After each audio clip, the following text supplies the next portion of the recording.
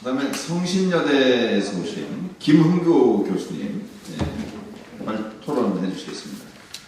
예, 감사합니다. 성신여대 김흥교입니다. 어떤 분이 말씀하시기를 민주당에서 잘 안 부르는 사람을 불렀다고 이렇게 말씀을 하셔서 그분이 이 모임 끝나고 혼나지 않으실까 걱정이 됩니다. 그런 의미에서는 상대적으로 제가 자유롭게 말씀을 좀 드리겠습니다. 저는 민주당의 가장 취약점이 외교안보 분야에 있다고 생각합니다. 그리고 의원님들께서 공부 잘 안 하시는 것 같아요. 그래서 민주당을 신뢰할 수가 없습니다. 이 분야에서.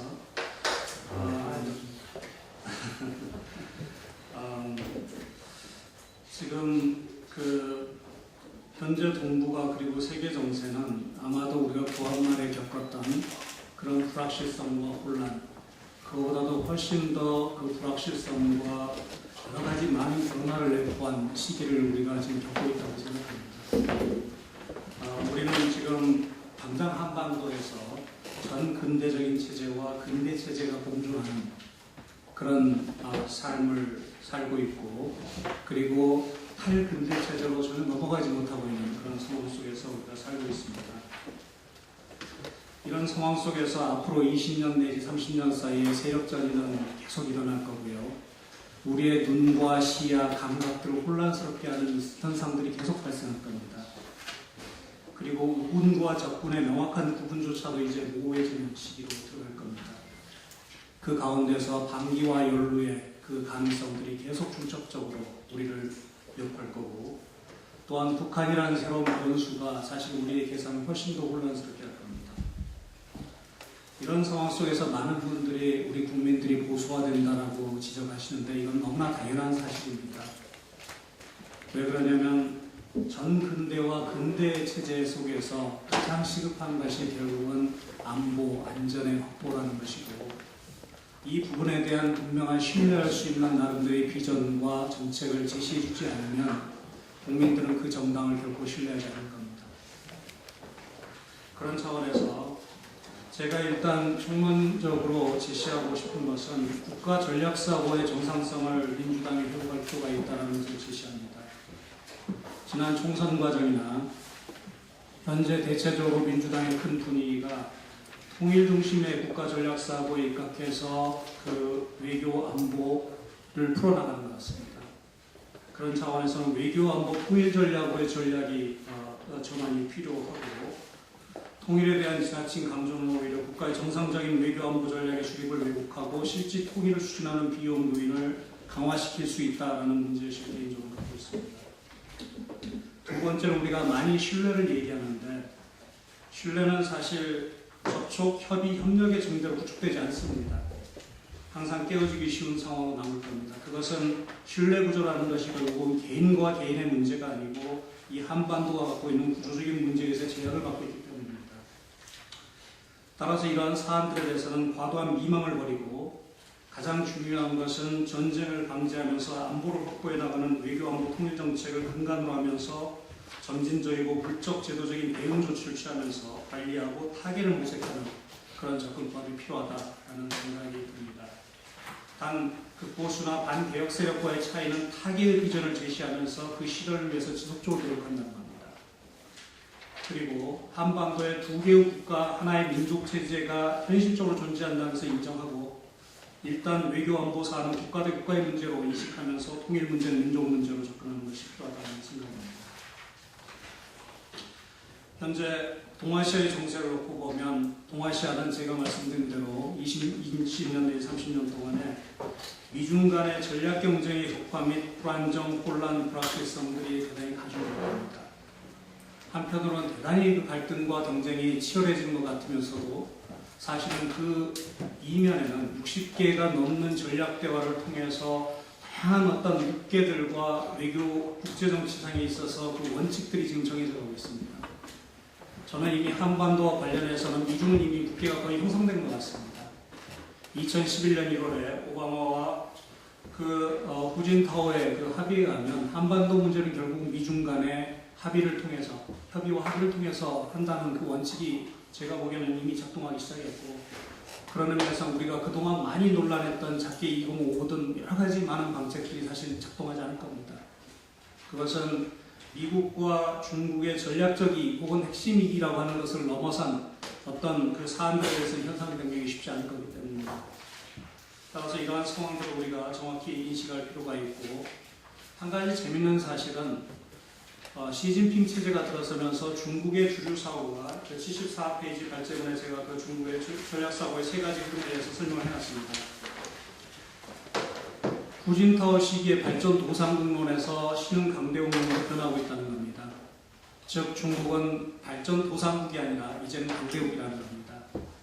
그런 차원에서 보면 북한과 중국의 관계는 강대국과 약소국의 관계라는 측면에서 해석하는 측면이 있고, 약소국이 강대국의 전략적 이익을 해치는 행위에서는 묵과하지 않겠다라는 태도가 점점 더 강해지는 그런 상황 속에 있습니다. 물론 여러 가지 전략적 상황들이, 즉 구조적 변수들이 아직 변하지 않은 상황 속에서 중국의 대북 정책이 근본적으로 변할 거라고 생각하는 것은 물론 큰 착각일 겁니다. 그리고 중국의 정책 결정 과정은 대단히 보수적이고 새로운 시도를 하는 데 있어서 대단히 저항적입니다.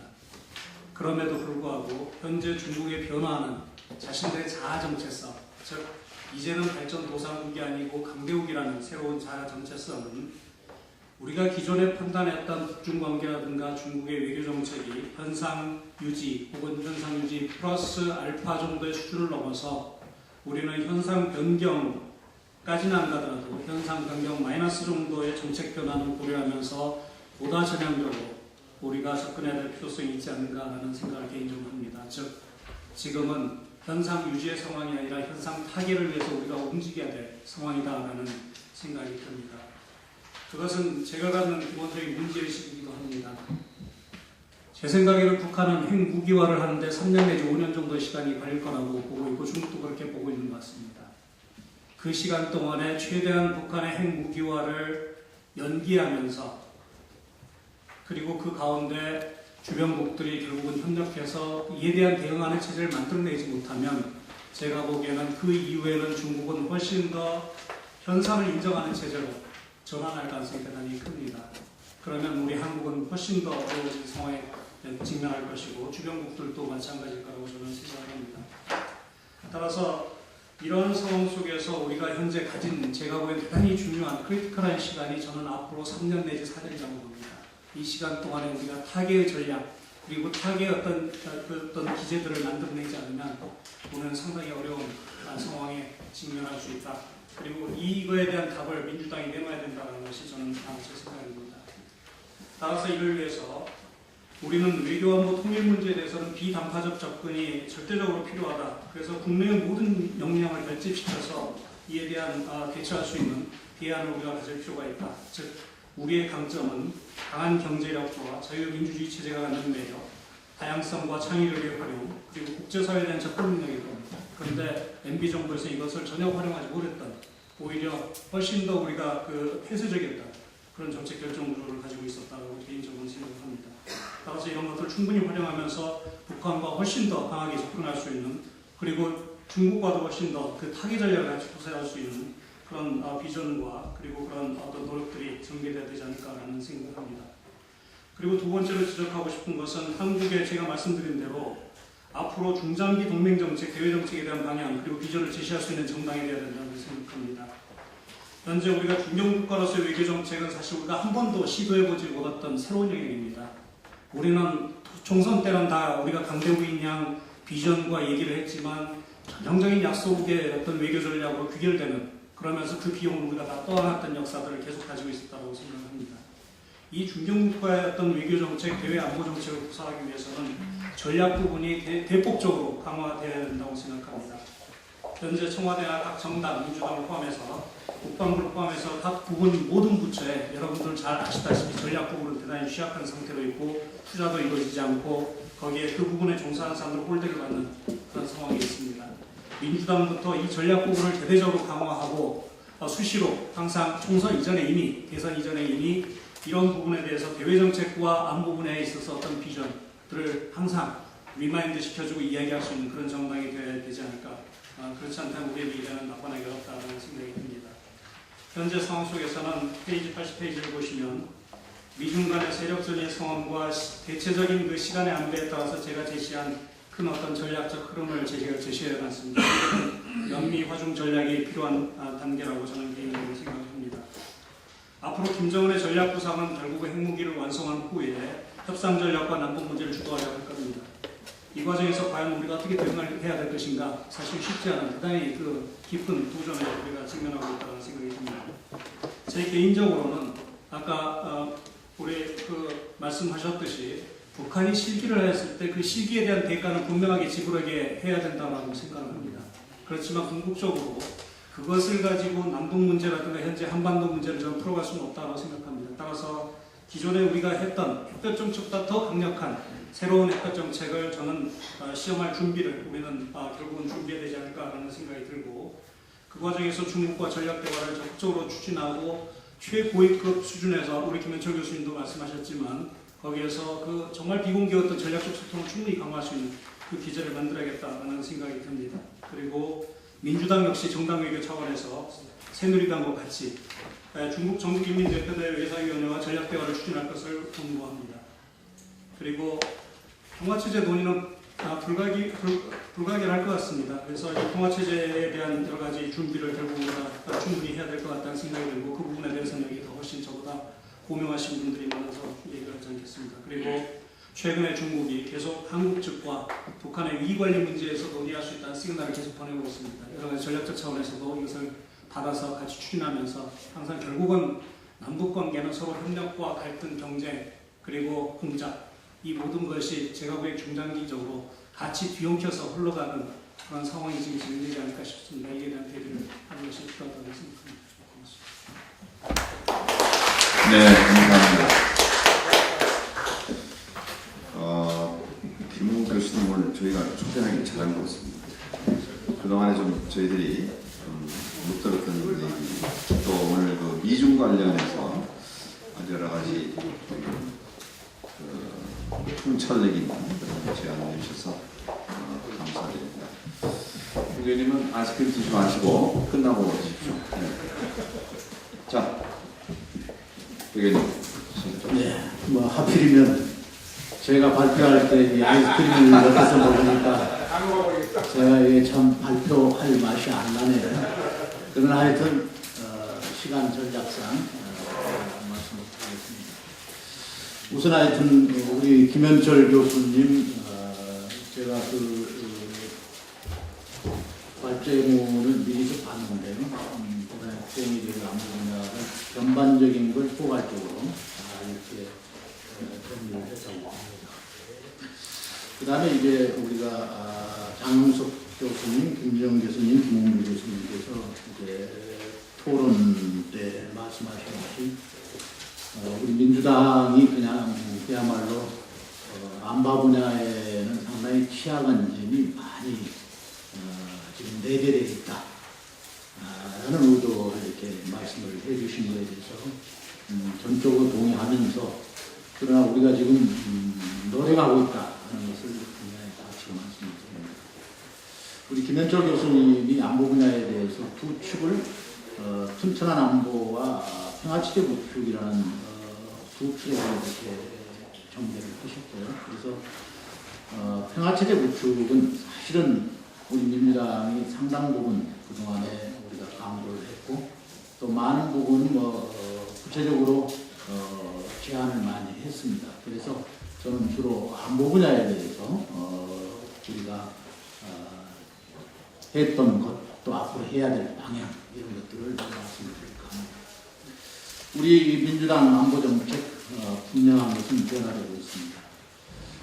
여러분도 아마 매스컴을 통해서 보셨겠지만 지난번 5월 전당대회 이전에 우리 강령을 개정을 했습니다. 그래서 아까 우리 교수님들께서 지적했듯이 사실은 우리 지난번 강령에는 튼튼한 안보라는 말이 한마디도 없었어요. 그래서 이번에 민주당 강령에서 안보와 관련된 강령을 우리가 신설해서 거기에 정리를 했습니다. 그래서 안보 분야에 대해서 이제 조금은 염려를 좀 늦춰주시라 하시는 말씀을 드리고요. 그 내용에 보면은 이제 북한의 핵실험 문제,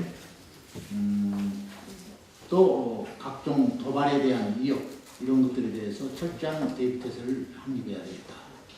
또 전작권 전환을 차질 없이 진행하고 군 구조 개편을 통해서 선진 정예 강군 활동을 해야 되겠다 하는 내용 등을 우리가 담고 있습니다. 그래서 이처럼 민주당도 안보 강령 심서를 통해서 수권 세력으로서 안보 의지를 강력하게 표명했다 하는 말씀을 드리겠습니다. 그럼에도 불구하고 우리 참 민주당의 안보 정책에 대해서 여전히 우리 국민들은 의문의 시각을 가지고 있는 게 사실입니다.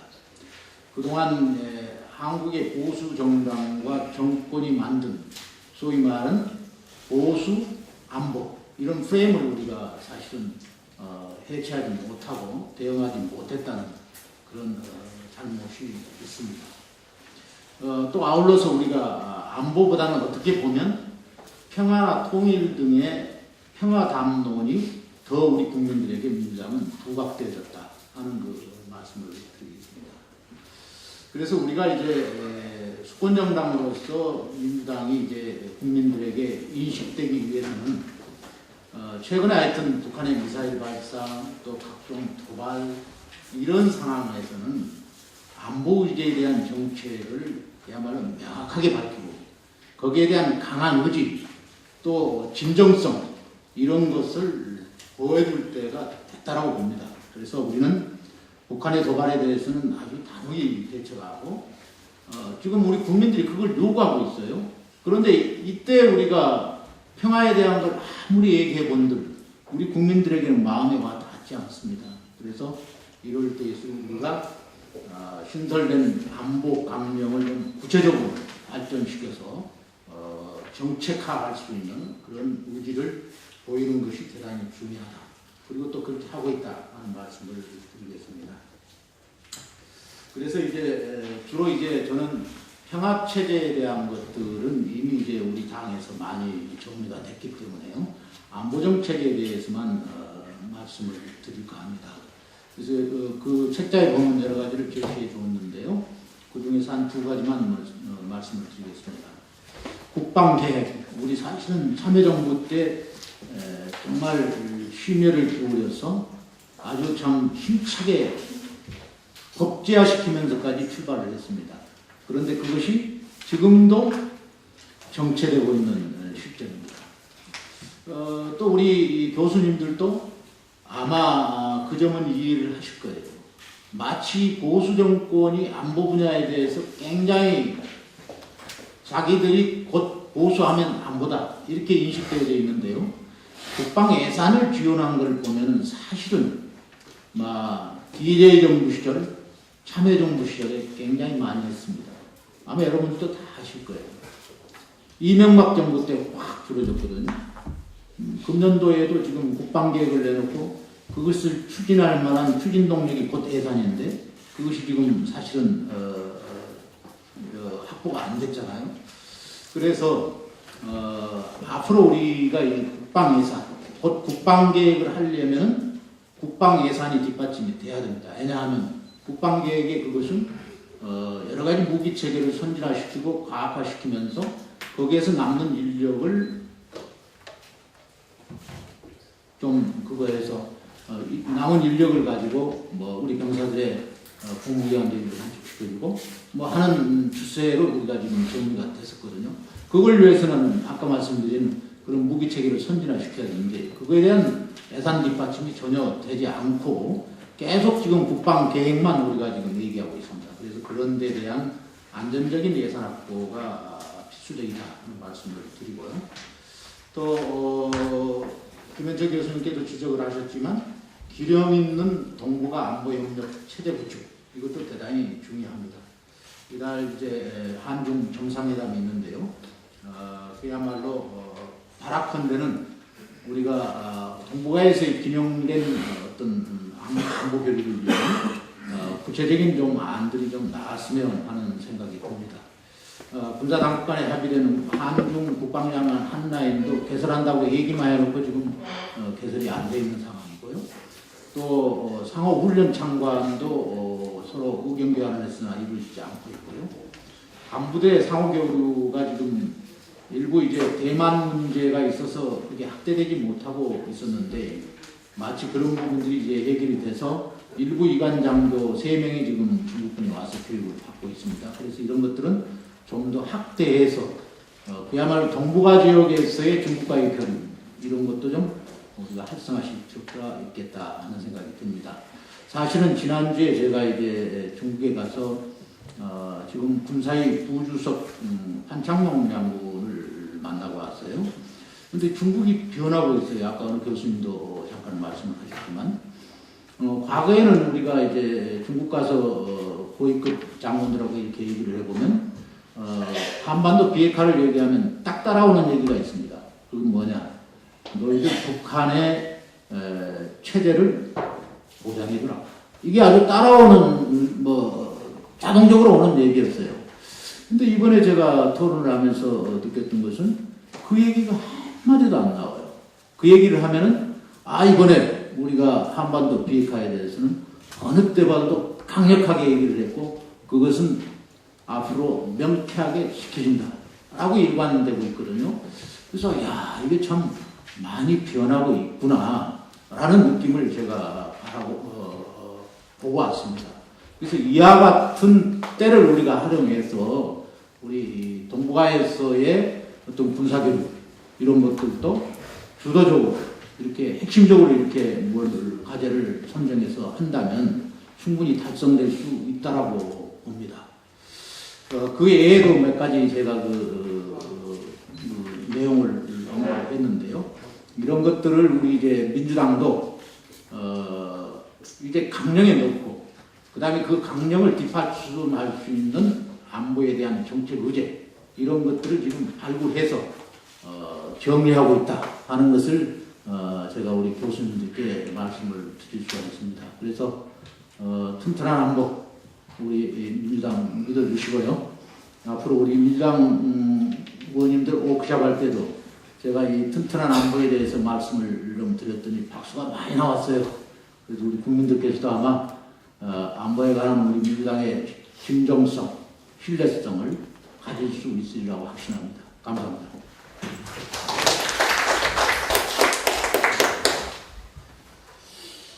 네, 안보가 중요한데 오늘 국방위원들이 별로 안 나오셨네요. 외교 통일위원님들은 많이 오셨는데 아무튼 대통령님이 국방위원을 대표해서 해주신 것 같습니다. 마지막입니다. 정양근 남북경협 활성화 추진위원회 상임위원장께서 토론해 주시겠습니다. 정양근입니다. 제가 오늘 토론도 하지만도 여기 보니까 안보 계속 안보만 다 얘기하시다 보니까는 그럼 통일은 어떻게 할 것이냐? 그럼 통일은 과연 최근에 박근혜 정부도 안보만 하다 보니까 통일부가 필요 없게 됐습니다. 모든 게 안보 정치고 통일부가 필요 없게 될 정도로 그런데 제가 아니 잘못한 거 아닌가 이런 생각이 들었습니다. 왜냐하면 저는 이제 경협을 활성화하자고 왔고 김현철 발제원 교수님께서 2003년도에 개성공단의 시공공단 매니저 같이 패널을 나가서 방송국에서 패널을 한 적이 있는데 오늘 제가 막상에서 어떤 말씀을 드리다 보니까 나는 종북주의자 그렇게 되겠다 뭘 하자고 얘기하고 지금 그런 것 같아요. 그래서 이게 사실 안타깝습니다. 그래서 사실은 민주당이 보십시오. 민주당이 2000년도에 정상회담을 했고 2007년도에 정상회담을 했습니다. 누구보다 북한에 잘 알고 경제도 알고 군사 다 잘 알고 있습니다. 어떤 당도 민주당은 그런 노하우도 있고 거기에 전문가분들 많이 계십니다. 그런데 이 경협을 들고 걸어가면은 다 아시는 것 같지만 경협은 상대방이 있어야 될 거 아닙니까? 제가 아까 개성공단이 왜 잘못됐느냐 하는 말씀 90%가 아까 어떤 프로님께서 잘못됐다 말씀하시는데 저는 50대 50이라고 얘기하고 싶습니다. 물론 그 개성공단의 시행사는 현대 아산이고 시공사가 LH공사입니다. 근데 우리 정부가 너무 나서는 겁니다. 어디 아파트를 분양하게 되면 시행사하고 시공사가 책임을 져야 되는 거 아닙니까? 근데 그냥 정부가 확 나서다 보니까는 이게 안보리 변질이 됐습니다. 그리고 거기가 정치 때문에 이렇게 된 거지 공단 운영을 잘못하거나 공단에 문제가 있어 잘못된 건 아닙니다. 그랬으면 정치적으로 어떤 저걸 해줬어야 되고 얘기를 해줘야 되는데 전부 다 모든 건 민간이 잘못했다. 니네가 가서 하자니까 우리가 뭐 회당을 못한다. 전부 다 그러고 있습니다. 현실에. 그러니까 지금 개성공단 이쪽이나 이런 업체를 제가 사실은 이런 말씀 드리면서 하는데 사실은 보면요. 민주당이나 참여정부가 그러니까 우리 국민의 정부가 참여정부가 모든 일을 해놓고 지금 모든 책임은 민간 경영권은 다 짓고 있습니다. 그런 어려움도 짓고 있고. 그럼 과연 민주당이 무엇을 어떻게 해줬느냐? 정말 진솔하게 진심 때문에 한 가지 두 가지 해결해 주느냐? 오늘 말은 요란합니다. 다 해주겠다. 금방 해주겠다. 어떤 거라도 해주겠다. 그런데 실질적으로 경협에 대해서 실질적으로 뭔가는 좀 아시고 어떻게 하면은 북한 사람하고 상대를 만나서 어떤 얘기를 해서 대화를 할 수 있는데 전부 다 민간이 금강산 강원도 열었고 개성공단도 만들었습니다. 근데 모든 거는 정부나 정당들은 보면은 민간이 해결하는 말은 한마디도 얘기가 없습니다. 그래서 이런 것 때문에 제가 사실 오늘 여기 그 토론에 나와서 이거 안보 분야에서 나오니까 제가 이 경영 분야는 이게 좀 잘못된 거 아닌가 그런 생각이 그래서 한 말씀 드리겠습니다. 저희가 굉장히 사실 어렵습니다. 그 개성공단 제가 잠깐 말씀드리면 아까 시공사, 시행사 이런 말씀을 드렸는데 개성공단은 잘 나가는 거고 물론 북한에서 노동력을 꼭 대줘야 되고 노동력 철수할 때 북한이 잘못입니다. 우리가 북한이 철수하게끔 그런 조금이라도 어떤 입지를 주지 않았느냐는 것도 한 번쯤은 정부가 생각을 해봐야 되고 거기 우리 공단 관리위원회 유능한 사람들이 많이 있는데 한 번도 그 사람들이 어떤 역할을 해서 하는 게 끝에 가서는 자기네가 골문이 모여서 저는 그런 것들이 우리가 어떤 정책을 하시면서도 제가 오늘 이런 말씀 드리면 안 되겠지만 외교통일위원회가 통일부 감사를 이틀이면 됩니다. 그리고 다 나머지는 전부 다 외국 나가서 공간을 감사하는데 그러면 통일부에 과연 정책을 어떻게 감사할 거냐. 이런 문제도 사실 우리가 통일부만 얘기할 게 아니라 통일부한테 힘도 주고 직책도 해줘야 되는데 그렇지는 않은 것 같다는 생각이 그래서 말씀드렸습니다. 저는 오늘 그 말씀 드리고 나온 건 아니고 사실은 지금 최근에 우리 경협사업자 현황하고 우리 협업을 해주셨으면 말씀을 드리겠습니다. 저희가 오이사 조치에 약 1,500개 업체가 있었습니다. 그 남북 경협하는 업체.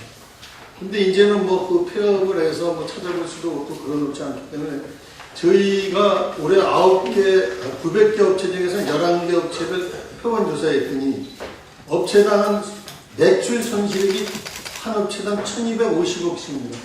그래서 줄 잡아도 900개 업체는 40조에서 50조 정도를 지금 매출 손실을 보고 있습니다. 거기 금강산은 또 저희들 금강산인 경우에는 현대아산이 5,100억, 협력업체가 한 2,200억에서 한 7,300억 매출 손실이 있고요. 금강산이 전체적으로 작년도에 국정감사 때 보고한 거 보면 현대아산이나 관광공사가 한 거 보면 2조 284억이 손실이 됩니다. 저희가 그 손실을 보고 있습니다. 손실을 보는데 저희가 정부한테 받은 돈은 전체 다 해야 600억 정도입니다. 지원금 50억 정도. 이게 저희 현실입니다. 그래서 저희가 최근에 와서지만 사실 시중은행에서 통해서 대출 받고 사업하는 사람들은 남북 관계가 경색되면 신용등급이 떨어지기 때문에 이자를 두 배 반씩 내고 있습니다. 거기다 북한에 남아있는 고정재산은 실질적으로 보면 재산 가치가 없어 버리게 됐기 때문에 저희가 특별법을 해달라고 그러고 있습니다. 그래서 더군다나 또 선수금을 2천만 불을 이렇게 준 업체들이 선수금 준 것도 못 들어오고 있습니다. 이런 현황입니다. 그래서 저희가 정말 민주당한테 부탁드릴 수 있는 거는 북한 문제만큼은 민주당이 아주 전문가분 여러분들이 많으시니까는 우리 남북 화해 협력을 위하여 좀 노력을 지속적으로 해주시고 또 경협을 바탕으로 민주당이 적극적으로 나서야 할 것 같습니다. 여기서는 남북 경협자 사업자 우리 입장을 관련된 정책을 하나 말씀드리겠습니다. 저희가 남북 경협 사업자 피해 보상에 관한 법률안 입법과 경협보험 제도를 말씀드리겠습니다. 남북경협 활성화, 대규모 투자 유치를 가능하게 할 수 있는 제도적인 안정책이 마련되어야지만 앞으로 남북경 문이 열리는 데가 할 수 있기 때문에 말씀드리겠습니다. 2012년에 저희가 원혜영 의원이 대표 발의하고 여야 59명이 서명을 받아갖고 지금 국회 통일위원회 법사위원회 소위에 계류되어 있는데 이 법안이 금강산 관광 중단과 오이사 조치로 인한 남북 경협사업자 피해 보상에 관련 법률안입니다. 정말 이거 하나라도 이번 회기에 해주시면 우리 남북 경협사업자가 손실을 그대로 손실금을 보상받을 수 있지 않겠느냐 하는 그런 생각이 듭니다. 그리고 저희가 계속해서 국회나 이런 데서 얘기를 했지만 정말로 민주당에서 도와주시면 국회, 정부, 경협사업자가 공동으로 운영하는 피해 조사처가 꼭 이루어질 수 있도록 좀 해주십시오. 두 번째는 저희가 민간 분리 원칙에서 남북 경협 운영해야 됩니다.